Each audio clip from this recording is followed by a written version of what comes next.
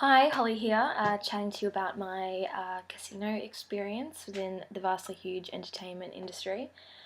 Earlier this year, I was traveling around America with a few friends, and Vegas was an obvious choice for us because of its reputation. It's an internationally renowned major resort city. Vegas has international awareness among tourists, especially for me. It wasn't so much about the gambling, but more about the parties and adventure and extravagance and the restaurants, which was ultimately how it stole all my money. The strip, as you're driving down for the first time, is quite overwhelming in the best way possible. Our cab driver from the airport was blaring Beyonce music, and you're greeted with kilometres of billboards, flashing lights, and signs just enticing you to want to experience everything you can.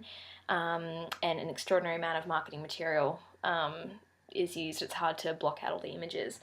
You find yourself wanting to do, go to a Britney Spears performance and buy something from Gucci just because you're in Vegas. The city really makes you feel rich when you enter and completely broke and depressed when you leave.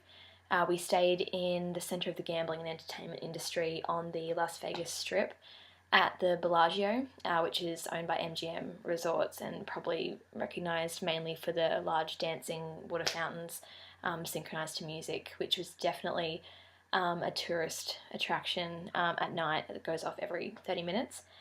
The Bellagio is a luxury hotel and the second most profitable in Vegas, and we rarely left the place because it just had everything you need, from a nightclub called The Bank, which was always packed, day spa, fitness center, high-end retail, art gallery, you name it.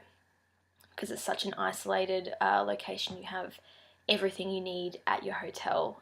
So where else, do you need to go?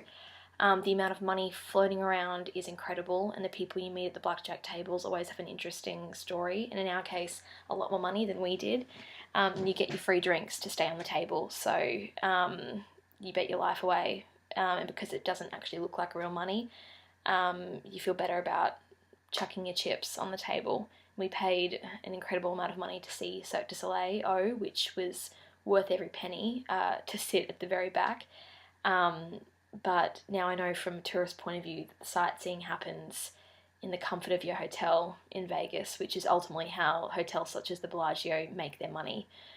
I realised very quickly that the casino is designed so that you rarely have to leave, when all you have to do is walk out of your hotel room, take the lift down to have dinner at Picasso, which is a AAA 5-diamond award-winning restaurant, followed by a Cirque du Soleil show, followed by blackjack, and then out to the nightclub. There's just really, you don't need to leave.